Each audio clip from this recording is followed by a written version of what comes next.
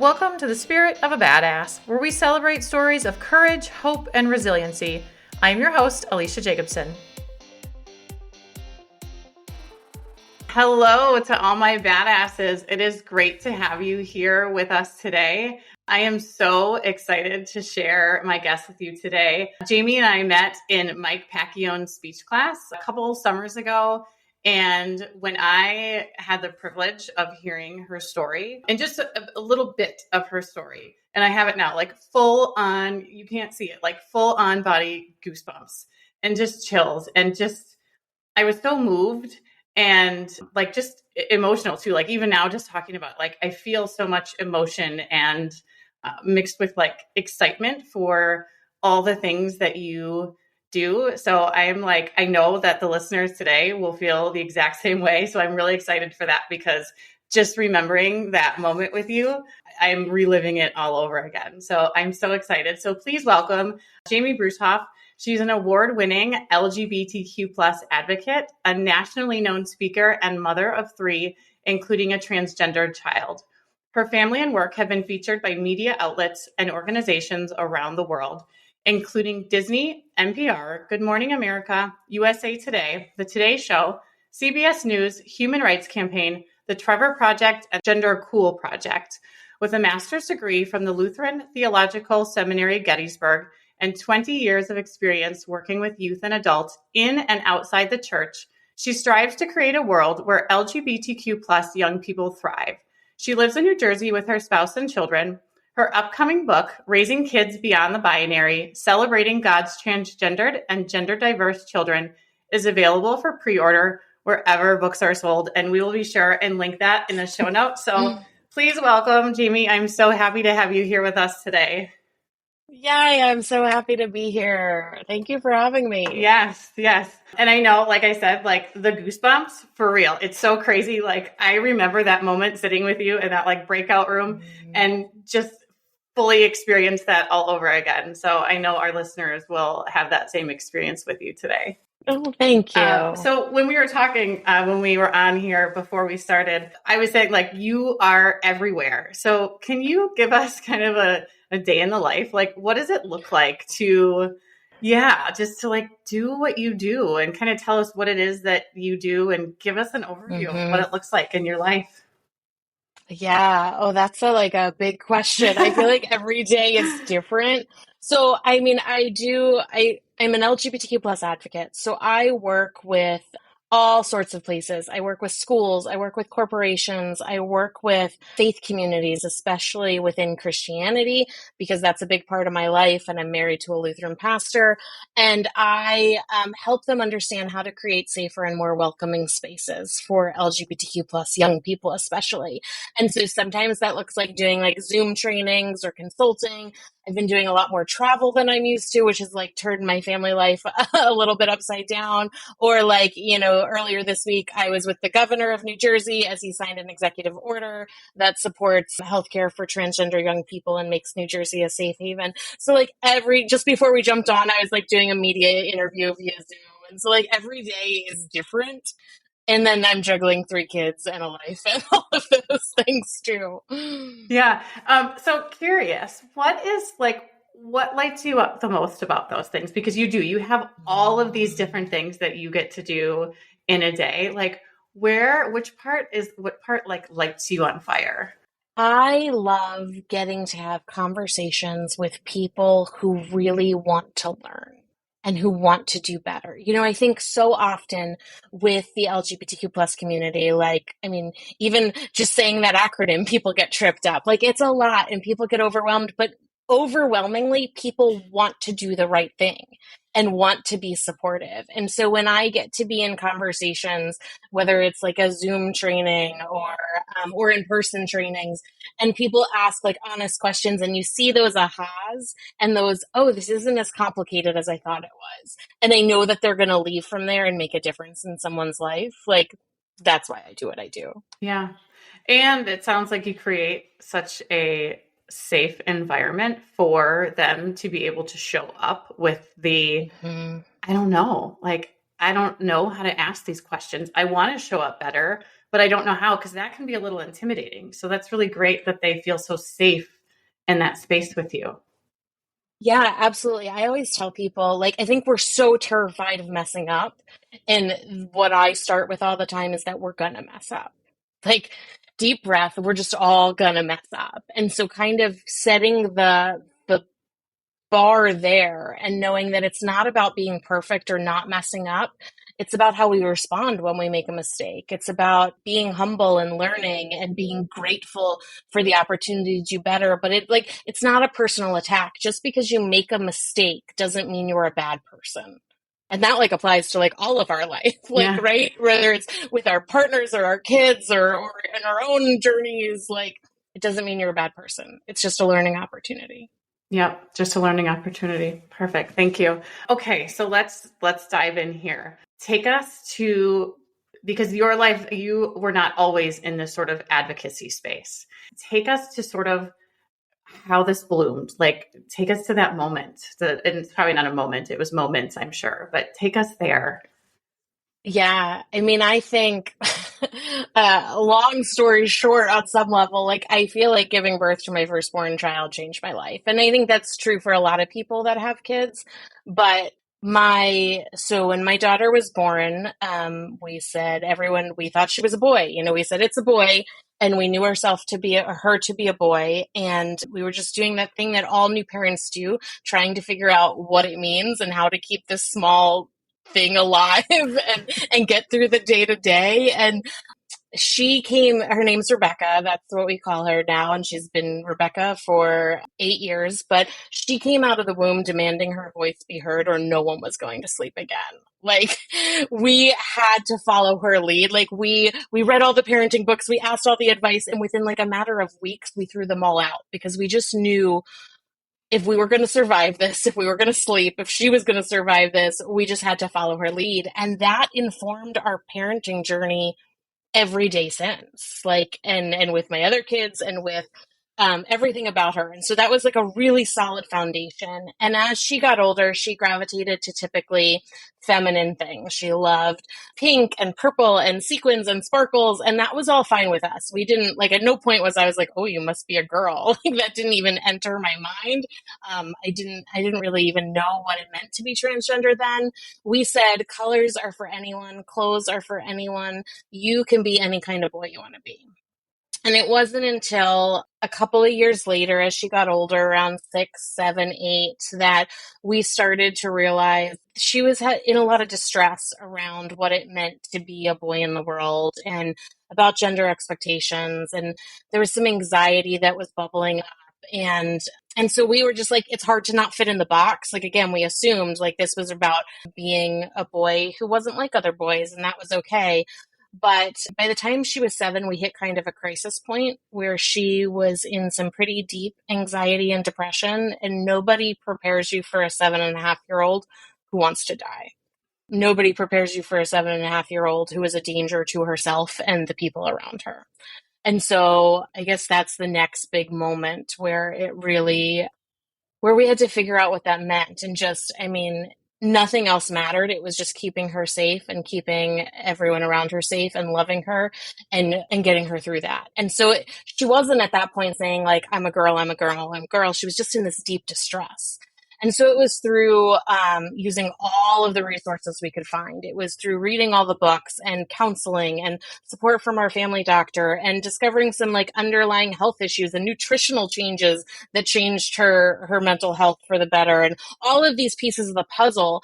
And eventually, when we were able to pull her back from the literal and proverbial window ledge, she had some space to unpack her identity. And so as this crisis of depression and anxiety kind of receded, she was coming and going, I'm not sure I'm a boy. And the day she learned the word transgender kind of changed everything. She had been she was wearing all girls clothes, head to toe pink, and had been for months. And it was winter and it was going to be my middle kiddo's birthday party. And he was having a swim party. And there was this moment where she went, Mom, what am I going to wear? And I said, oh, what are you going to wear? And so I went through all the options. I'm like, we can find you a pink rash guard. We can find you pink swim shorts. We can we could do all the things. I mean, to be clear, I was like, today you're going to wear what's in your closet because we were practical too. And in doing that, I said, let's Google. So I Googled gender nonconforming swimsuit, and there was nothing then. If you Google that now, there's a lot more options. And when I did, we stumbled upon the acronym LGBT. And I said, hey, do you know what these letters mean? And she said, no. Now, our family had always been a family that said love is love. We had rejoiced with our young children when the Supreme Court marriage equality decision was made. And they knew you can marry anyone, but never heard the acronym. And so as I went through the letters and I got to the T and I said, this is what it means to be transgender, she went, oh, maybe that's what I am. And I said, oh, maybe that's what you are. And so that really, the journey just unfurled from there. And so 6 weeks later, she went out into the world as Rebecca for the first time. And that changed everything. She was suddenly happy and confident and no longer having to pretend she was someone she wasn't.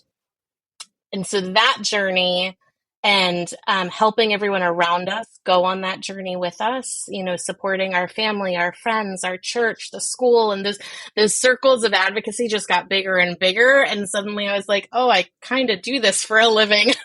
I probably should get paid for it because being a full-time volunteer isn't working. And so I still do a lot of volunteer, but that's how it kind of became that this is what I do in the world. Yeah. How did those, because it's sort of, you created this foundation to begin with. You already had this foundation of, you said, love is love.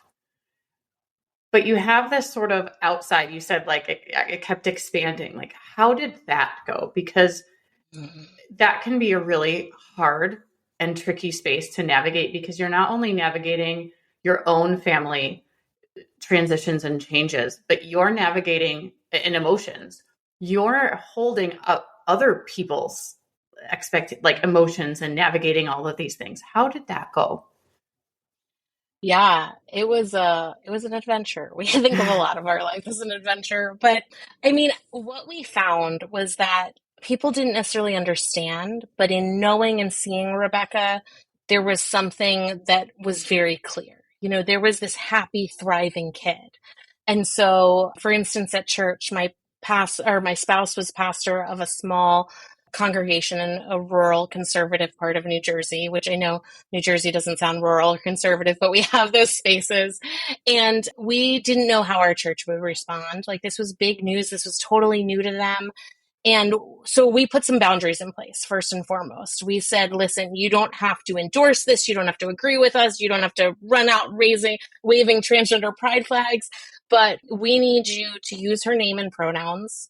And you can have all the questions you want, but you can't ask them of her and you can't ask them in front of her. And so we put this bubble of protection around her so that then we could help people around us walk on that journey.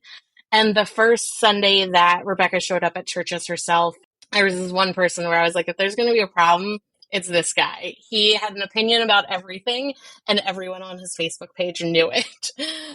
He was just really vocal and really conservative, and so Rebecca showed up at church that day and we got through service, and afterwards, my spouse shakes everybody's hands on their way out, and I watched this guy make a beeline for my spouse, and I'm going, okay, deep breaths, just terrified of what's going to happen. And he said, listen, I don't understand this whole transgender thing, but she used to hide behind you and refuse to say hi to me on a Sunday morning. And today she ran up to me, twirled in her dress, and gave me a high five. What more is there to know?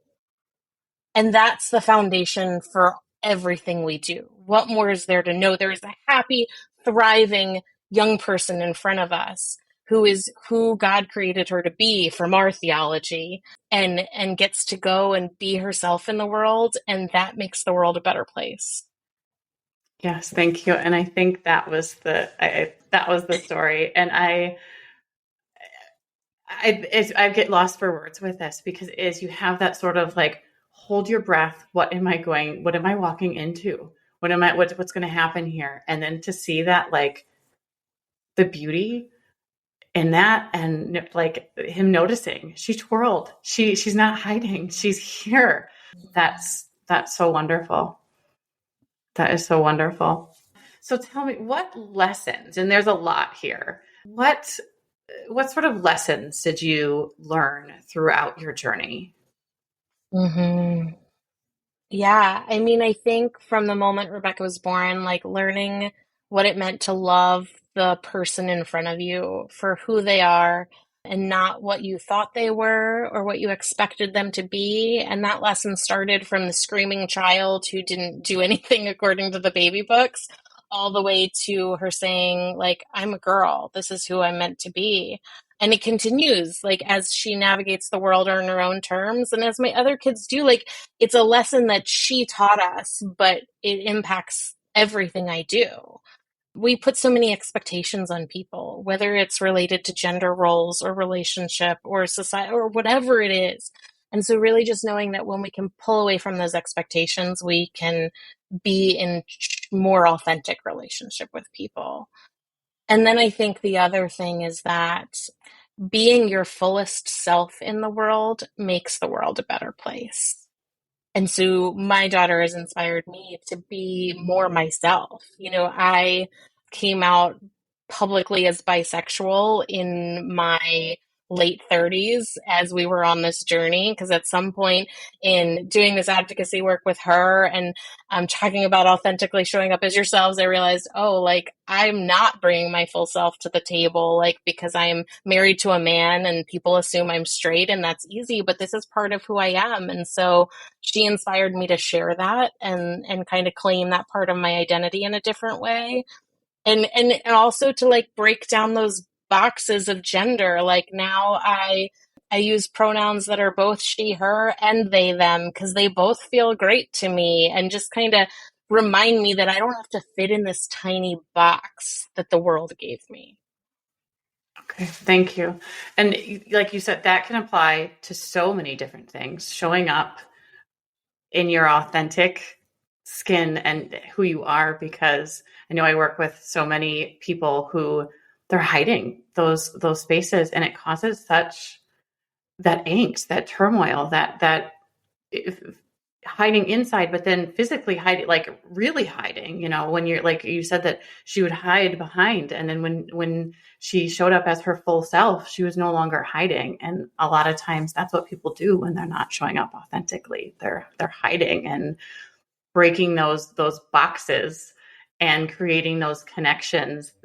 People fear those, but once they actually show up and kind of get over that fear, they're so welcomed and loved, and the bonds that they create after doing that are so much stronger, and they just feel so deeply seen when they show up that way.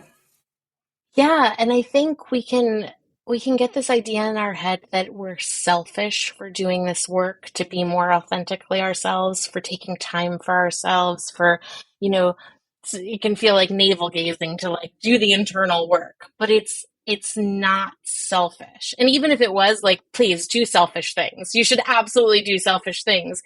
And what I've learned is that this is the farthest thing from being selfish, because what the way you show up for other people changes entirely. You make room for other people to show up fully as themselves when you show up fully as yourself. And that's beautiful. That is beautiful. And yes, so and that's why I'm here. Like, that's why, because by you showing up, people will hear this, and it's like, oh, I can do that too. And that's something that people don't always realize, that by letting their own light shine, they give other people the permission to have their light shine. And then we have this beautiful glowing light everywhere. Yeah, um, absolutely. all right. So you kind of already said, like, you had you already had this foundation of, love is love, and you already had this. Some people don't have this. What is one message or piece of advice that you would like to give to people who maybe are not coming from this space where they're just being like, one, maybe they don't have the understanding that you already had, but maybe they don't have the community that you have either. What is one piece of advice or a message that you would like to share with them? I think there's power in just listening to people's stories and getting to know people for who they are. We have all these kind of ideas, and at this moment in time, like I have like it's also politically charged. There's this idea that this is right and this is wrong, and I'm over here and you are over there, and that doesn't serve anybody. And so I know, like Brene Brown says, it's hard to hate close up, so move in close. And so I think that's what I encourage everybody to do, regardless of how right you are about whatever idea you think you have, whatever side of the aisle you're on. Just move in close and get to know people and listen to their stories, because there are real human beings behind what we so often talk about as issues.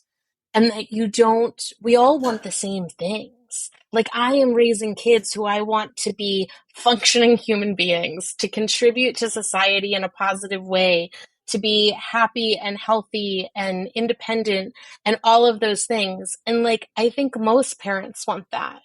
And sure, maybe we go about it a little differently. And sure, maybe my framework that I came into this was different. But I think we all want to get the same place. And so putting that kind of as the goal and understanding that there's more that we share in common than we don't. Thank you. What about for maybe a parent who is in your same shoes, but in the beginning stages, or maybe they're starting to sort of like notice like, something is different here. Something isn't as I think it is. And I'm just noticing like maybe it's the language that their child is using, or maybe a family member. How can they, what advice or kind of insight do you have for them? Take a deep breath. Like, just start with that. I mean, I think this all feels so, like, I can feel it in my body even when I just think about it. Like, it feels so big and scary. And I want people to know that your kid, your loved one, whoever it may be, is going to be okay. And you're going to be okay. You're not alone in this. There are families like mine in communities all over this country, in all kinds of communities, and that look all kinds of ways. And you don't have to do it alone. There's support. Reach out to me, reach out to organizations. There are, community support, local places. PFLAG is a wonderful organization that has local chapters. Don't do it alone. And it's okay to be scared. Like, new things scare us, but don't put that fear on your kid or the person you love. Find the people that you can process with, because you're going to have a lot to process. If you think about the circles of grief, or that model where you put the person who is experiencing a loss right at the center, and you process out and support in. And so I kind of use that model and say, let's move it away from grief, but put the young person or the adult at the center of it that is experiencing this, and support in, process out. Have all your feelings and go and find your close friends and find a therapist and find support people and share that. But give your kid or your loved one that bubble of support that says, I see you, I'm here with you, and I'm going to love you on this journey, and we're all going to learn from it. I love that. Support in, process out. Yes. And putting them in that sort of bubble of like, surround them with that love and that support for them. Thank you. Okay. This is going to go a little meatier here. And this is my own. I had messaged you and said, is this okay? Because this is something that I personally struggle with. And I struggle with because not that this is not impactful, like straight in my house. However, I have this piece inside of me that is just this strong advocate for people who others kind of come at for zero reason other than I don't even know what it is. I cannot understand it. So as a person of Christian faith, when I see people of faith attacking people of different communities, it is very hard for me. And especially in, like you said, like this climate that we are currently in. How do you how do you stay strong in your faith when you have these, I mean, quite literal, like these attacks coming from people of that faith? Mm-hmm.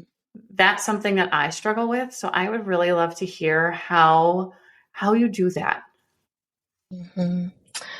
I think it's something that I navigate daily. I think there's this call to be like, well, I'm not that kind of Christian, or not all Christians. And I think it's why I do the work I do so much in faith spaces, because people of faith continue to do the loudest and most significant harm to this community, personally and politically.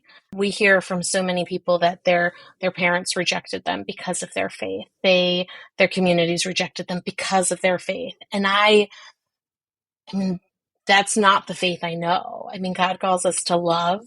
God calls us to work for justice. That's the gospel in its essence.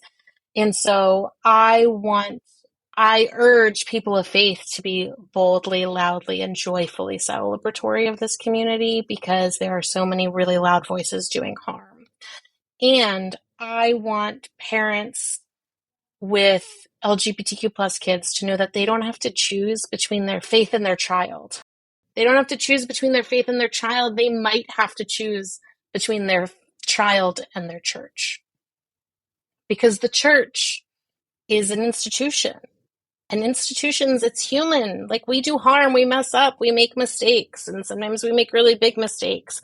And so there's people that are using faith as a weapon against this community, that are saying God does not make mistakes, as if that's a reason to say that who my kid is isn't who she should be. And I think God doesn't make mistakes, and God created her to be exactly who she knows herself to be. And so when I talk about my actual faith and what I know about the gospel and who Jesus was and what we're called to do, like, none of that is incompatible with who my family is and what we do in the world. In fact, that drives it. Like, we are called to care for the most vulnerable, those on the margins. That's what Jesus did. And so I stay strong in my faith because that's my faith. I work relentlessly against institutions and people connected to them that do harm, regardless of who they say they are. Beautifully said. And that hits that sort of. Mm-hmm. Mm-hmm. And I think that, like, that choosing between your child or people you care about, even if it's not your child, and your faith versus your child or people you care about and the church, like, that sounds so simple, and it's not. Like, choosing that you're going to care about your faith and people you care about in opposition to the church you've grown up in is hard, and that brings up a lot of feelings. And that's just ongoing work of saying that who this church is and the church I've known and loved is maybe not who I understand myself to be, or my faith or God to be anymore. Mm-hmm. And that's sort of like as you evolve as a person, and it's sometimes you outgrow things, sometimes it no longer Mm-hmm. fits. And yeah, that's something I've never considered, is maybe if you're in this position, that institution, that church that maybe you grew up in, maybe that no longer fits, and maybe it's a different space would be more fitting for who you are and who you've grown into be. All right. Thank you. All right. We're going to switch this right here. Last question. Share a life hack or something that has helped you save time, energy, or resources.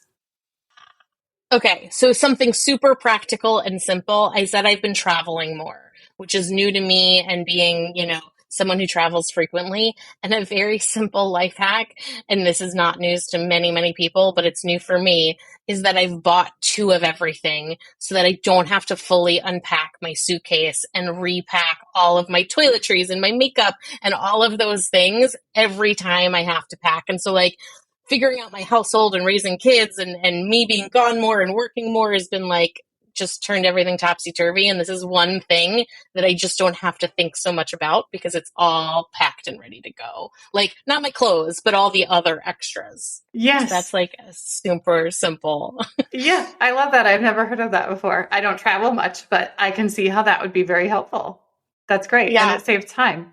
Perfect. Yes. Awesome. Exactly. Awesome. Well, thank you, Jamie. I'm so grateful for you being here and sharing your story, and you're just a wealth of knowledge and hope for people, and kind of lighting the path. You're taking your light and you're shining it so that other people can follow you and follow in that lit path, so they feel safe and comforted, and like there's somebody who has done it before them, so they can just kind of have a knowing of, here's what I can also do. So thank you.